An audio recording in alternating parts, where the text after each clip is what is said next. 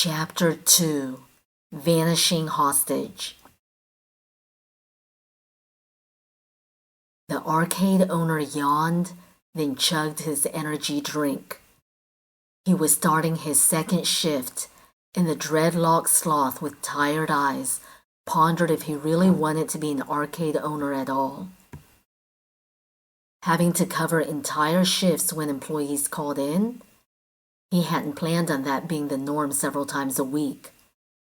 He yawned once more as he stared around his establishment. Not too busy, but the day had just started after all. Pinball machines, hunting games, video stands, fighting games, air hockey, all exploded throughout the arcade in neon flashing hues of electric blue, vibrant pink, and glowing purple, interspersed with bursts of electronic noise. After blinking rapidly, the sloth arcade owner with the dreadlocks finally came to terms with the anachronous sight which now greeted him. It was a revolver, and it was aimed at his face. "Empty the register!" The robber stood in a gray nondescript hoodie and battered jeans. He wore thick black sunglasses, and his face was covered with a surgical mask, so the arcade owner had no clue what the perpetrator looked like. It's on a timer. I can't," the arcade owner lied. The villain turned abruptly and grabbed hold of a nearby woman. She screamed as he pulled her to his side. "Empty the register now!" "Do it!" the hostage suddenly blurted. "Do it now before he kills me!" The sloth did as instructed and reached under the counter. Around him, several very young kids, kangaroos, elephants, and llamas all stared at what was unfolding with helpless and terrified expressions. The arcade owner emerged, handing the perpetrator a bag full of mostly change with some small bill cash notes as well. "There you go. Please get out. There's kids here, man." The hostage seemed to notice first. Her expression wasn't easy to read, but it was possible.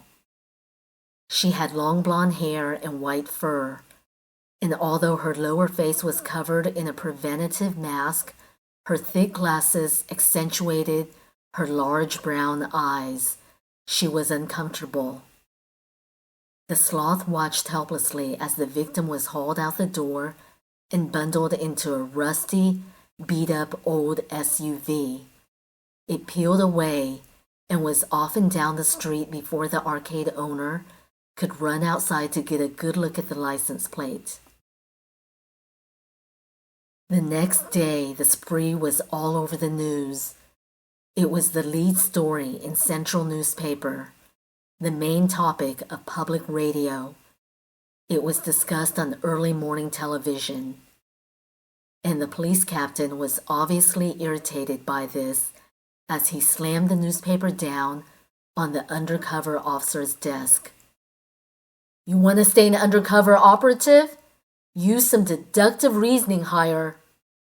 Sometimes a detective has to use unconventional avenues for answers when other options have failed. Who do you know that can help figure out this debacle?" Richard Horner shouted as he tossed a card on Hire's desk. The undercover hyena recognized the name, but he really didn't like it. Hire was about to protest, but the enormous rhinoceros police captain had already stalked back toward his office, leaving the other cops in the police station to stand and stare in wonderment at Hire. Hire rubbed his eyes and leered around the room. What are you all staring at? Don't any of you have casework?"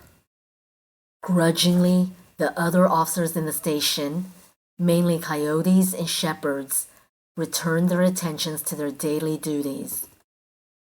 With dubious intent, Hire texted his new partners on the case, Officers Allen and Zeeby. He let them know of his newly formulated plan, that he was getting some outsourced help on the case. As he'd put it in his text, time to tap into a genius. Suddenly, his smartphone alerted him to a response. It was Officer Zeeby.